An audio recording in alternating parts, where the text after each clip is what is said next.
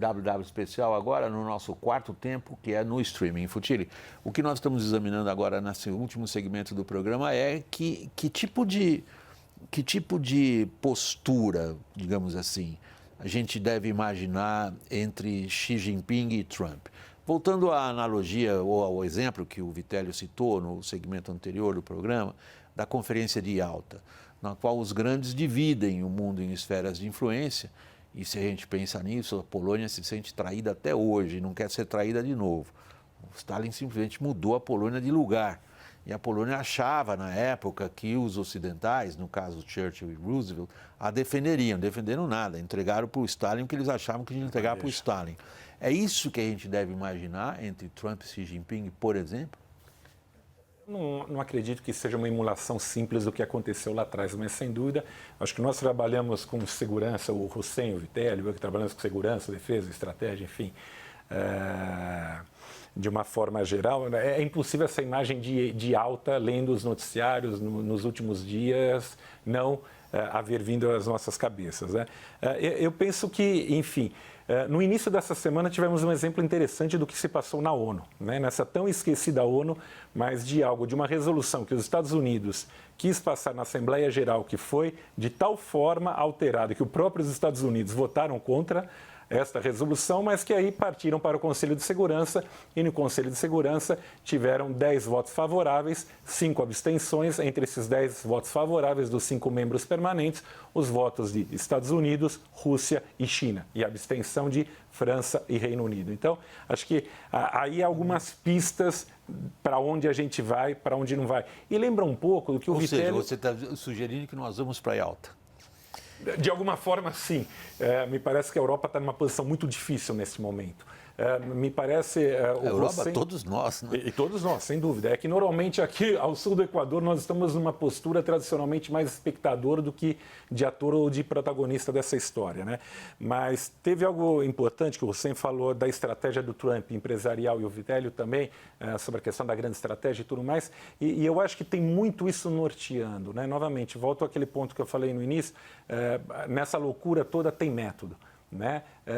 E isso apareceu já na imprensa internacional e tudo mais, falando de um Nixon às avessas, se Trump haveria, de certa forma, um Kissinger, Rede Viva e tudo mais, a partir do quê? A partir do que nós assistimos em 1972, né, a normalização das relações Estados Unidos com a República Popular da China, no sentido de isolar a União Soviética naquele momento que era visto como o grande inimigo, né, no contexto do conflito sino-soviético e tudo mais. Agora, é interessante notar que tem a questão da Groenlândia, mas tem toda a questão, enfim, que tem a ver também com aquecimento global, derretimento de geleiras, navegabilidade do Mar do Norte e tudo mais, e uma série de outras coisas. Esse movimento, essa reunião em Riad entre Estados Unidos e Rússia, incomodou muito Pequim, né? Pequim não foi convidada, né? E esta semana, nos 3 anos, né, o Xi Jinping liga para o Putin no sentido de reafirmar a amizade, a parceria sem limites e tudo mais. A frase foi: não há nenhuma amizade como a nossa. Exato, que todo mundo sabe que tem limites e que, enfim, isso não é verdade, mas faz parte. A política internacional é feita de gestos e acenos também. E o grande inimigo hoje dos Estados Unidos, ou de Trump, ainda que não necessariamente declarado, é a China, né? Documentos de alto nível dos Estados Unidos falavam até recentemente que a invasão de Taiwan pela China seria em 2027. Isso. Né? Enfim, isso está de alguma forma colocado. Eu acredito que não. Eu costumo acompanhar o Vitélio nesse sentido, costumo sempre dizer que até 2049, ao meu ver, ela ocorrerá, por bem ou por mal, que é o centenário da Revolução Chinesa. E eu acredito que o que Pequim busca é, sobretudo, que Taiwan caia por gravidade, digamos, nessa reunificação, né? Sem ter que empregar meios de força. Então, assim, o Xi Jinping está muito incomodado, né? E, de certa forma, ainda que tinha gente que falava, mas será que é um Nixon? Se for 30%, falaram só de levantar a suspeição no Xi Jinping que Putin, amanhã ou depois, poderia abandoná-lo em uma eventual tentativa de invasão a Taiwan, não deixa de ser uma vitória importante de Washington com relação a Pequim. Então, assim, tem muitas coisas sobre a mesa. Trump, com isso que parece um gesto translocado, como é típico de Trump, mas não é translocado e tem incomodado, e essa amizade Pequim-Xi Jinping, de certa forma, sentiu o golpe, né? Sinalizou para os europeus também, as sinalizações, e há inclusive houve contatos entre chefes de Estado com Pequim, no sentido, e aí, vamos reavivar, vamos refortalecer a Rota da Seda, a iniciativa Cinturão, etc, etc, etc. Então tem muita coisa aí colocada, mas de fato o jogo onde está sendo decidido parece ser entre esses três, entre Estados Unidos, Rússia e China. Mas Sim. Isso não significa que haja, digamos, uma concordância total entre esses três atores, a exemplo do que não havia também em alta. Não havia pouco, exato. O que havia em alta era o Exército Vermelho, já dentro da Alemanha, e com capacidade de chegar ao Canal da Mancha, eventualmente, como se fala hoje. E olha a importância que Moscou adquiriu, desculpa, William, só nesse sentido. Moscou parece ser o grande pêndulo nesse sentido. Entre China e Estados Unidos. Na verdade, eu acho que o Trump jogou uma corda de salvação um pouco para o Putin em relação à China, porque essa, digamos, dependência total em que a Rússia foi posta em relação a Pequim também vinha incomodando muito Moscou, né? E fortalecia muito a posição da China, né? Quer dizer, isso diminuía muito da estatura de potência da Rússia, né? Virou parceiro. Então aí isso eleva o papel da Rússia e torna a Rússia, digamos, mais importante e menos dependente agora. Mas eu queria ouvir você sobre o que você identifica que o Trump quer com a China. Eu acho que é uma parceria estratégica, isso é fábula. Isso não existe, os americanos sabem, mesmo o Trump e todo o seu aparato, não existe uma aliança com a China e muito menos uma parceria estratégica. O que eu entendo que o Trump quer com a China é deixar claro que ele não tem interesse num conflito armado, tá? Segundo, que ele está plasmado que ele tem uma política externa empresarial, que o embate entre ambos vai se dar no campo econômico e que ambos podem criar regras para esse jogo, para essa competitividade entre os dois lados. Regras mínimas nesse processo competitivo, né? Bom, e que ambos se comprometem a seguir essas regras de competição. É isso, na minha opinião. Mas quais regras de competição, Hussein?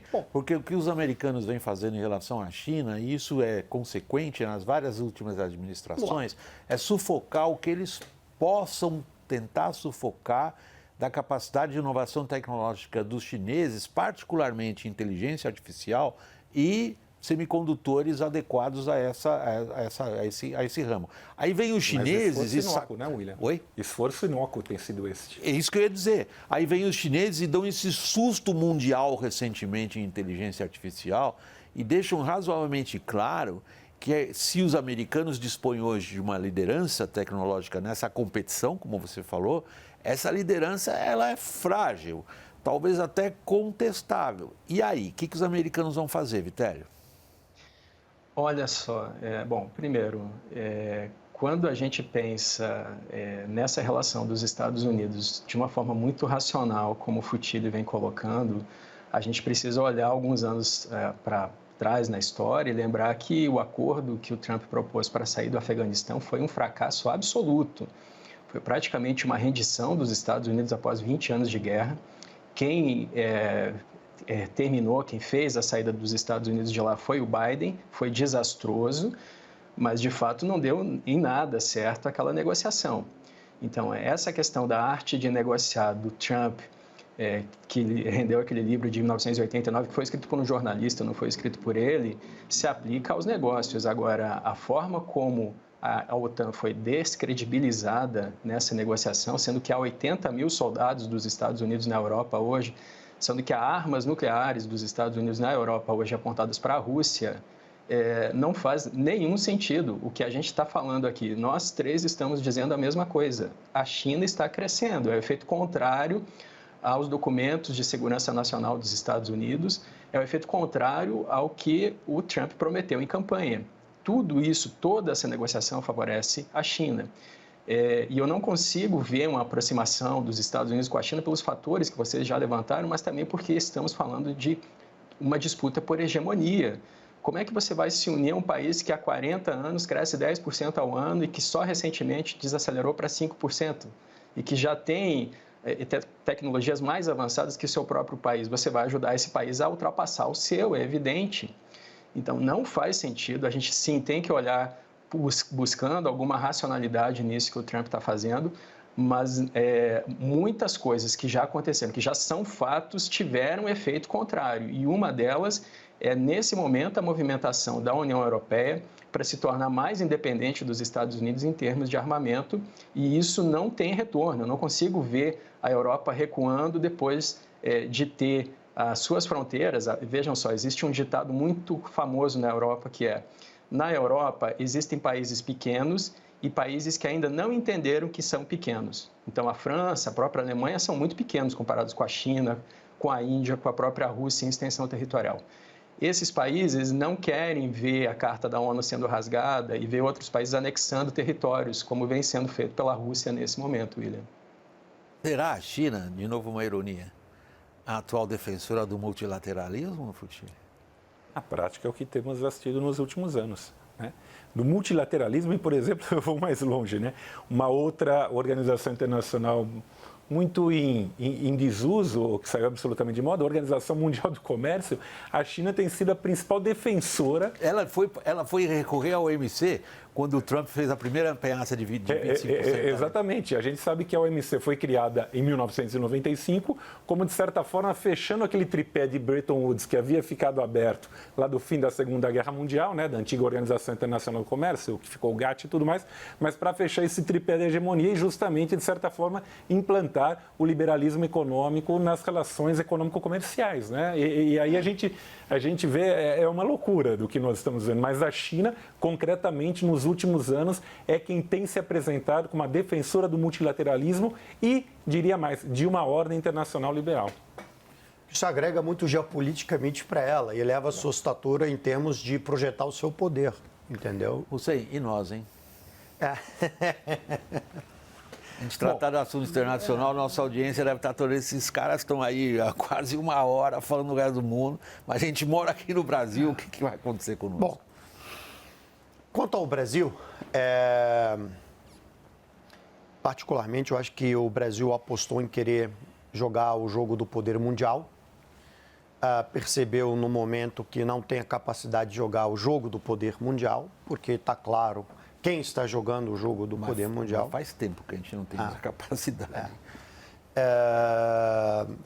Os nossos recursos de poder são insuficientes para arbitrar um conflito entre Rússia e Ucrânia, insuficiente para se equivaler à força dos Estados Unidos ou da China, né? A política externa brasileira, na minha opinião, o que ela tem de mais forte até o momento, até tempo atrás, conseguiu instrumentalizar e deveria, nesse momento para frente, buscar instrumentalizar, que é o vetor, digamos, da segurança alimentar, segurança energética e mudança climática, emergência climática. Esses são os três vetores que, na minha concepção, que nos dão vantagem comparativa, né? O Brasil precisa se preocupar sim, com o seu entorno geográfico e ter uma política externa consistente para o seu entorno geográfico, coisa que, na minha avaliação, não tem, né? Errou gravemente na crise da Venezuela, procura ainda adotar políticas assimétricas quando se trata digamos, de intervenções e não intervenções, responder a determinados países e não responder a outros quando o tema trata na ingerência de assuntos internos brasileiros ou ataques a instituições brasileiras. É um pouco seletivo quanto a esse aspecto, quer dizer, quanto o Maduro ataca o governo brasileiro ou faz críticas a instituições brasileiras, há uma relativização, mas quando isso ocorre por parte de algum país ocidental, você vê um pouco mais energia, mais firmeza por parte do governo brasileiro. Então, isso me parece um pouco coloca o Brasil no compasso de vulnerabilidade e contradição. Nós precisamos, quer dizer, para a gente ter uma grande estratégia, William, a gente precisa definir o que a gente quer como Estado. E me parece que o Brasil não sabe ainda, não amadureceu a um ponto em que consiga definir o que quer. Talvez uma ou outra instituição saiba, mas isso não foi amalgamado, né, numa única direção. Eu não quero cortar aqui de jeito nenhum, mas você está sugerindo um novo programa. É ótimo, aliás, como sugestão. Quer dizer, o que a gente quer ser no mundo e como? E por que está formulado ou não está formulado, ou de que maneira está formulado alguma coisa disso. Mas como eu estou sendo obrigado a encerrar essa edição, apesar da gente estar indo para o streaming, a gente não tem o mesmo, digamos, os mesmos constrangimentos trazidos por grades de televisão. De qualquer maneira, fica de pé essa questão para o Vitélio e você, Futili, abordarem também. A gente passou aqui uma boa hora falando de um mundo e eu acho que as pessoas saem desse programa com um bocado de medo. Porque a gente não sabe muito bem dizer o que vai acontecer, mas eu acho que há uma demanda da nossa audiência de tentar entender de especialistas como vocês o que tudo isso significa para nós no Brasil, Vitélio. William, o Brasil não tem capacidade militar para se impor na esfera internacional, né? Os meus colegas e eu já falamos sobre isso algumas vezes. Então, a questão é, quando nós temos um grande acordo, que é a Carta da ONU, que proíbe guerras de anexação, sendo simplesmente desrespeitado, rasgado, como acabou de acontecer. E não foi só pela Rússia, porque vem sendo rasgado desde a década de 1950, lembrando que ela é de 1945. Então, todos os grandes do Conselho de Segurança já espizinharam na Carta da ONU. Quando nós vemos uma carta como essa sendo rasgada, e quando nós estamos nos dirigindo para um acordo que permite que o país invasor fique com 20% do território do país invadido, lembrando que isso já aconteceu lá na Segunda Guerra. A Finlândia, por exemplo, perdeu 11% do seu território para a antiga União Soviética e saiu soberana, entrou para a União Europeia em 95, entrou para a OTAN em 2023. Agora, isso foi antes da Carta da ONU. Depois desse grande acordo internacional, da base de todo o sistema internacional, isso acontecer novamente e ser aceito, isso faz com que países como o Brasil, que não tem capacidade de se defender com grandes potências, caso tenham 20% do seu território, que coincidentemente é exatamente a nossa Amazônia, vamos imaginar que ela seja invadida, a gente vai abrir mão dela em prol da paz, em busca de uma paz a qualquer preço? Todo mundo quer a paz. O Clausewitz ensina que o atacante é um amante da paz. Se ele puder, ele vai submeter o oponente sem dar um único tiro. A questão é, a paz tem que ser a qualquer preço? Porque se for assim, não é uma paz sustentável. E isso tudo que nós falamos aqui, que a Europa não vai reagir, que ela não tem união, se houver esse tipo de arranjo, vai levar sim à unificação de poderes na Europa. Não precisam ser todos os países, podem ser exércitos de alguns países para agir, porque eles estão ameaçados, William. O Chile. Lembrando, aliás, houve tantos paralelos históricos aqui, né? Tem um para nós que é tão importante, 21 de fevereiro de 45, é a tomada de Monte Castelo. O Brasil, talvez, eu não sei, precisamos ler, inclusive, as memórias de quem, em 1938, 39, achava que ia acontecer com o Brasil na Segunda Guerra Mundial. Acabamos entrando na Segunda Guerra Mundial. As pessoas têm uma memória curta aqui. Nós tivemos 450 mortos entre soldados brasileiros na Itália. Nós tivemos mais de 1.000 mortos de navios brasileiros afundados pela Alemanha. Nós entramos, como se diz, no lado certo desse conflito. E esse conflito teve enorme importância na política doméstica brasileira. Basta lembrar o que aconteceu com Getúlio Vargas na volta da Força Expedicionária Brasileira. Eu estou fazendo esse paralelo histórico, a gente falou de Yalta. Tem fatos internacionais nos quais o Brasil participou que, infelizmente, a nossa sociedade mantém pouca lembrança vívida, embora todo mundo saiba o que é o Monumento aos Mortos da Segunda Guerra, lá no Aterro do Flamengo, no Rio. Mas agora, voltando para a realidade, o que é essa realidade que está se impondo na ordem internacional vai significar para nós, Futili? E aí a gente encerra o programa. Bom, eu diria, a pergunta não é nem de $1 milhão, de vários milhões de dólares, né, William? Eu diria que é algo que está absolutamente aberto, por ser construído. Depende um pouco, isso que o Rossem falava, essa é uma coisa que eu insisto também já faz muitos anos, que o Brasil precisa de alguma forma discutir o que eu vou ser quando eu crescer, o que o Brasil quer ser. né? Vivemos um triste momento em 2022, o bicentenário da nossa independência, onde era um momento de ouro para discutirmos justamente um projeto de nação, para onde queremos ir e tudo mais, mas, enfim, em razão de um contexto eleitoral polarizado e tudo mais, esse debate passou absolutamente eclipsado. Que continua, né? Aí, que torna difícil qualquer conversa séria. Exato. Tem sido realmente um saco tentar discutir coisas sérias e que acabam subordinadas a esse fla-flu interminável. Ou você é contra ou você é a favor, uma coisa binária, maniqueísta, insuportável. Desculpe o desabafo. Não, e um pouco é o que você fez lembrando Vargas, né? Vargas se valeu do quê, né? Do que ficou conhecido como equidistância pragmática. Vargas barganhou até o último momento entre Berlim e Washington, entre a Alemanha nazista e os Estados Unidos. E, ao final, né, acabou entrando aos 45 do segundo tempo, mas do lado certo, né, da história, ao lado dos Estados Unidos. Né? Entrou para valer, quer dizer... Você fez referência aos nossos pracinhas, uma memória muito bonita desses 80 anos dos brasileiros que foram lá lutar na Itália, né, para ajudar a pôr fim àqueles regimes autoritários, né, totalitários, não autoritários. Então, assim, Brasil... Só para lembrar outro paralelo, e ao final disso tudo, o Brasil derramou sangue defendendo a Itália. E aí foi excluído pelos americanos da ocupação de Viena. Os americanos não nos consideravam, apesar dos brasileiros terem morrido em batalha, ao lado da 10ª de montanha, a mesma que combateu no Afeganistão até pouco tempo. Apesar disso, em Viena, não. Vocês brasileiros, vocês não estão à altura. Exato. Isso aí aqui o jogo é nosso. Exato. Aí vocês ficam para lá. E isso aconteceu um pouco depois do Brasil na construção da ONU, entre o Brasil vir a ser um membro permanente do Conselho de Segurança e tudo mais, e, sobreto, a partir de Reino Unido, mais ou menos... participado em Suez, de tropas da ONU em Suez. Foi vetado. E agora, bom, nós vamos começar o programa. Nós vamos começar o programa, isso aqui tem que acabar uma pena. Mas foi assim. Em Suez foi a primeira tropa de paz que nós mandamos, em 56. Então, assim, lembrando Vargas, só para fechar o raciocínio, o que eu acho que nós poderíamos pensar é justamente hoje em dia, não necessariamente em alinhamento automático com nenhum dos grandes polos, 2 polos mundiais que se apresentam, mas justamente em tentar tirar melhor proveito desses 2 polos. E aí, o que você, China, o que você, Estados Unidos, tem a oferecer a nós, Brasil, que nós possamos melhorar. Eu acho que nesse sentido foi feito menção algumas vezes aqui ao programa Índia. Eu acho a Índia normalmente uma grande esquecida nos debates sobre relações internacionais. A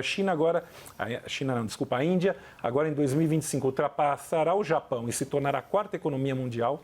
Né, para 2040, que em termos históricos é amanhã. Ultrapassa a população da China? Já ultrapassou a população da China. Para 2040, nós temos economia do mundo. Assim, primeira economia do mundo, China. Segunda economia do mundo, Índia. Terceira, Estados Unidos da América. E ninguém fala da Índia. Quer dizer, por que eu estou citando a Índia? Porque eu acho que a Índia, ao meu ver, que é um país que acho que com o Brasil tem grandes similitudes, a Índia sabe barganhar muito bem os diversos chapéus que ela tem, de ora BRICS, ora, enfim, de ser país asiático, ora das diferentes organizações que ela está, né, OSCE e tudo mais, e o Brasil não tem sabido utilizar isso. Mas geografia é destino, né, Futilha? Geografia é destino, mas a gente pode trabalhar um pouco, ela é destino, mas ela não é vaticínio, né? A gente pode mudar a história, porque senão ficaríamos em casa, indo trabalhar e voltar, e as coisas estariam dadas. Pessoal, dizendo para vocês que nos acompanham, essa conversa continua. Eu, particularmente, sou fascinado por ela. Sou obrigado a encerrar o programa aqui, a gente não pode ir o tempo inteiro. Muitos do público, Vitélio, digamos, alguns com mais delicadeza, outros xingando mesmo.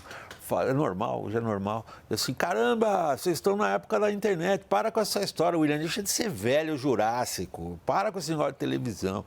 Streaming vocês podem falar até quando quiserem, mas não dá também assim, também não é assim, pessoal. Vitélio Brustolin, muito obrigado pela disposição de estar aqui fazendo parte do programa. Vitélio, pesquisador de Harvard, professor de Relações Internacionais na Universidade Federal Fluminense, obrigado. Alessandro Futilli, igualmente. Muito obrigado pela disposição de estar conosco aqui. O Alexandre é cientista político, professor de Relações Internacionais na Unesp. E o Hussein Kaluti. Hussein, igualmente, Hussein, muito obrigado. Prazer. Boa vontade de estar aqui conosco. Cientista político, professor de Relações Internacionais, pesquisador de Harvard, meu obrigado. E meu agradecimento especial é a você que nos acompanha e tem essa paciência comigo, particularmente. Até a próxima, pessoal.